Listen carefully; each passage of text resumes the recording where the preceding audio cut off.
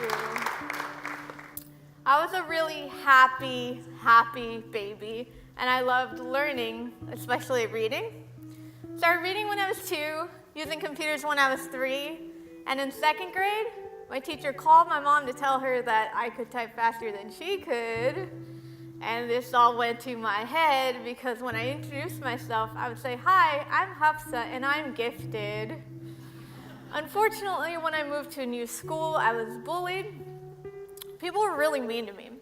In 6th grade, I found the slam book where I was voted dumbest and ugliest girl in school. And I went home crying, and I thought, I want to die. And at the age of 10, I attempted suicide. That was number 1. I also excelled academically, and I moved on to an engineering college in Claremont, California, known as Harvey Mudd College. Now, Harvey Mudd is where I found my people. I was in love with the school, the learning environment, and everything else. Oftentimes during college is when mental illness comes out, and that's what happened to me. Started to get really depressed. Then I would have mood swings and become manic. I had some psychosis, and I developed a delusion that I didn't have any friends. Literally, I would cry about it for hours, and my friends would surround me saying, "No, we're your friends, we're your friends." But the delusion was so pervasive, I just couldn't see past it. They diagnosed me with a mental illness that eventually became schizoaffective disorder, which is a mood disorder with psychotic components. And there's something called stigma, which means the shame associated with mental illness. And I said, I'm not crazy. I'm not going to take medication. But things got worse. One night, I was on the 3rd floor balcony of a dorm when I heard something say to me, "Hufsa, climb from one balcony to the other balcony." Over and over again. And I was crying because I didn't want to. But I was sitting on the ledge with one leg over when my friend came out and stopped me. All of this was just terrifying. I watched my life fall apart. And at the end of my freshman year, again, I attempted suicide. The next day, I had to talk to the resident advisor, Jason, and I told him, yes, I do want to die. And in that moment, I never felt so ashamed in my entire life.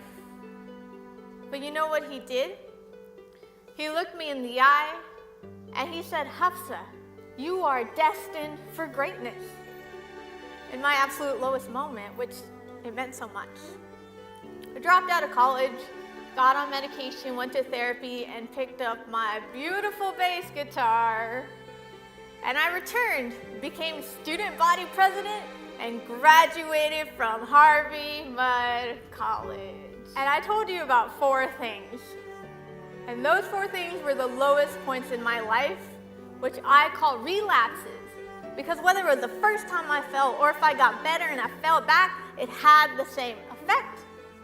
That yes, I suffered greatly, but I gained something from every relapse. 1, empathy. What is it like to live with mental illness? 2, I saw how much my friends cared about me, something I was so delusional I couldn't see on my own. 3, I witnessed what the illness took away from me, but I also saw what I could gain from it. And 4, that relapse is part of recovery. Because my relapses, my struggles have made me the person I am today. If I did not struggle, I would not have found my passion. To serve as a mental health advocate and smash the stigma of mental illness. And you know what? I'm a strong social worker that has worked in mental health and addiction for 6 years. I've won 2 awards for my advocacy. I've raised $20,000 for NAMI. I'm on the board for the Dayle McIntosh Center for the Disabled as the only person with a mental health condition, and I'm vice president. And I have too struggled with alcohol abuse, and I'm happy to say that I have 6 years sober. So if you're out there right now and you're struggling, if you're relapsing, I don't care how bad it is or what it looks like. I'm telling you right now, you can get better.